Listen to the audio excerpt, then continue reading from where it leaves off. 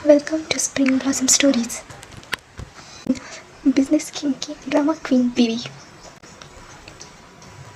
Chapter 1। शादी। एक बड़े शहर में सुबह का समय था।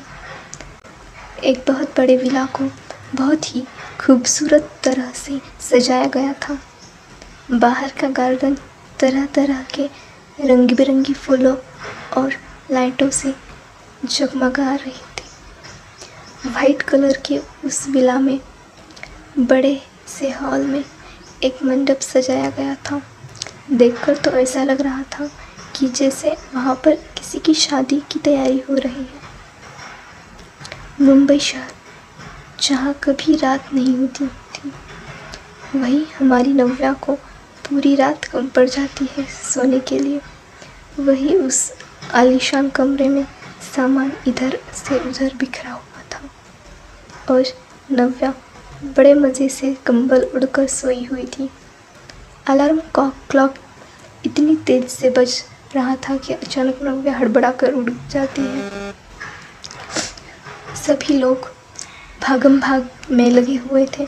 तभी ऊपर के एक कमरे से जोर की चीख की आवाज़ गूंजती है। सभी नौकर हैरान हो जाते हैं। तभी वहीं पर एक बहुत बूढ़ा नौकर, जिसका नाम चमन होता है, वो बोला, अरे ध्यान मत दो, नव्या बेटी सुबह से अपनी शादी की खुशी में ऐसे ही चीखी जा रही है। दुल्हन जो है ना, आज वह बहुत खुश है, जो है उनकी पसंद के लड़के से उनकी शादी होने जा रही है। तुम सब अपना अपना काम करो, मैं जाकर देख कर आता हूँ। सभी नौकर उसकी बात सुनकर वापस से काम में लग जाते हैं। फिर वही नौकर चमन नव्या के कमरे की ओर बढ़ने लगता है। जैसे ही वो कमरे के पास पहुँचने लगता है, उसे ज़ोर से कांच के गिरने की आवाज़ आती है। वो दौड़कर अंदर जाता है और देखता है कि 2-4 नौकर कांच को साफ कर जमीन से उठा रहे थे। तभी वह बोला, शादी है और कांच टूट गया। नव्या उन्हें देखकर बोली, देखो ना उजड़ा चमन अंकल। तभी वह आदमी गुस्से से बोला, कितनी बार कहा ना कि मेरा नाम चमन है। चमन उजड़ा लगाना ज़रूरी है। नव्या कहती है, अब ये कांच भी टूट गया। सुबह से सब कुछ उल्टा ही हो रहा है। पहले ही मेरी डिज़ाइन ने मेरे लहंगे पर हल्का सा दाग छूट गया गलती से। फिर मेहंदी वाले ने मेरी मेहंदी की डिज़ाइन बिगाड़ दी और कल काली बिल्ली ने मेरी हल्दी भी गिरा दी और अब यह कांच भी टूट गया। तभी नौकर कांच साफ कर बाहर निकल जाते हैं। अब इस समय कमरे में नव्या और वह बूढ़ा नौकर चमन ही रहता है। और वो नौकर बोला, वैसे बेटा तुम्हारी शादी उस लड़के से हो रही है, इससे ज़्यादा और क्या ही गलत होगा। नव्या उनकी बात सुन गुस्सा हो जाती है और बोली, देखो उजड़ा चमन अंकल, मैं अपने दूल्हे के बारे में कुछ नहीं सुन सकती। वो लाखों में एक है। इस पर चमन बोला, जिस तरह की उसकी हरकतें हैं वो तो करोड़ों में एक है। फिर वह नव्या को बोला, सब छोड़ो और रेडी हो जा, तुम्हारी लिपा पोती करने वाली आती ही होगी। इस पर नव्या चिढ़ गई और बोली, अंकल वो प्रोफेशनल मेकअप आर्टिस्ट है, कोई लिपा पोती वाली नहीं। फिर चमन बोला, जिस तरह की तुम्हारी शक्ल है उस हिसाब से तो पेंटर को ही बुलाना चाहिए, कि बस की बात नहीं है। नव्या को चिढ़ आने लगती है। वह कुछ कहती इतने में चमन कमरे से बाहर निकल जाता है। आइए जानते हैं हमारी कहानी की हीरोइन के बारे में। नव्या एक बहुत रईस परिवार की लड़की थी। नव्या बहुत ही चुलबुली और नटखट लड़की। उसके मन में कोई चालाकी ही नहीं। इसकी माँ बाप की बचपन में ही डेथ हो चुकी थी। चमन उसके माँ बाप का भरोसेमंद नौकर था। उनकी मौत के बाद नव्या को चमन ने ही पाला था। चलो अब जानते हैं इस हमारी नव्या की शादी हो रही है। नव्या को कॉलेज लाइफ में ही एक लड़के से प्यार हो गया था। दिखने में वो लड़का बेहद ही हैंडसम था। उसका नाम निखिल अरोरा। वो एक मिडिल क्लास फैमिली से बिलोंग करता था। नव्या तो उसके प्यार में इस कदर दीवानी थी कि उससे उसमें कोई भी कमी नज़र नहीं आती थी। जब वो दोनों रिलेशन में आए उसके बाद तो निखिल ही नव्या का पूरा बिजनेस संभालने लगा। और नव्या को तो इस चीज़ से तो जैसे कोई फ़र्क ही नहीं पड़ता था।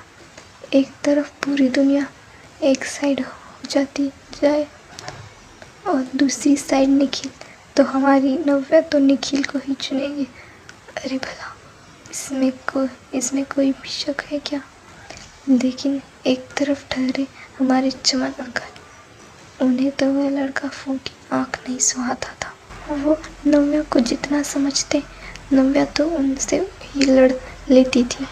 अरे लड़े भी क्यों नहीं, भला बात उसके प्यारे निखिल की जाती।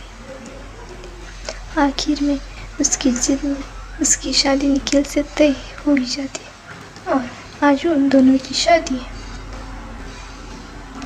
नव्या का तो मानो ड्रीम ही पूरा हो गया हो। उसके पैर तो ज़मीन पर टिकने का नाम ही नहीं ले रहे थे। तो चलिए आगे बढ़ते हैं। उनकी शादी में नव्या के कमरे में मेकअप आर्टिस्ट आती है। नव्या विनय की बोली, देखो तुम सब ना मुझे बहुत बोल्ड मेकअप करना। मेरे दूल्हे को बोल्ड मेकअप बहुत पसंद है और मुझे रेड गोल्डन लहंगा ही पहनना है। निखिल को ये कलर बहुत पसंद है। नव्या की एक्साइटमेंट छुपने का नाम ही नहीं ले रही थी।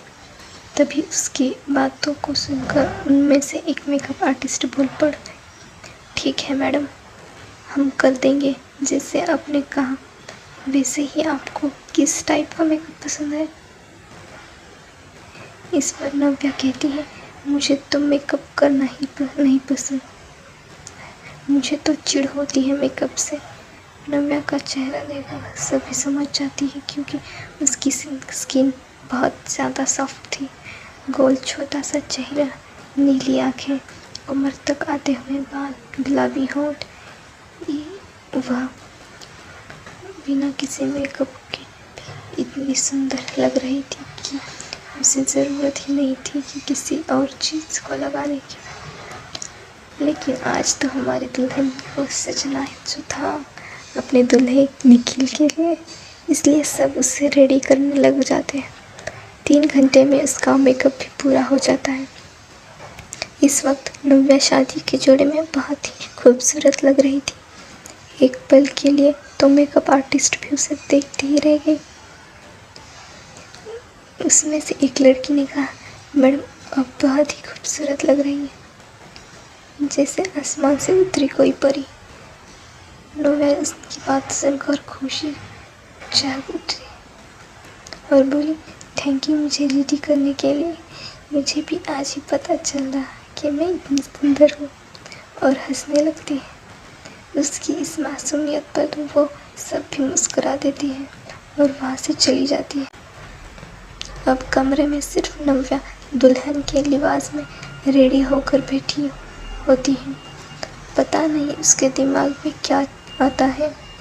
वह मन में सोचती है, क्यों न मैं ऊपर के कमरे में जाकर अपने दूल्हे निखिल को देख कर आऊँ। आज तो वो भी दूल्हे की ड्रेस में बहुत हैंडसम लग रहा होगा। वैसे भी शादी को अभी 2 घंटे हैं, मैं इतना वेट नहीं कर सकती। आखिर सबसे पहले तो मुझे ही हक बनता है अपने दूल्हे को देखने का। यह सोचकर उसके चेहरे पर प्यारी सी मुस्कान आ जाती है। फिर वह वैसे ही दुल्हन के जोड़े में कमरे से बाहर निकल जाती है। डियर रीडर्स, क्या नव्या की शादी हो जाएगी और आखिर क्यों भाग जाएगी वह अपनी शादी से? जानने के लिए बने रहिए मेरे साथ। प्लीज़ अगर आपको भी एक्साइटमेंट है तो प्लीज़ प्लीज़ लाइक प्यारे कमेंट ज़रूर करें। Please subscribe my YouTube channel.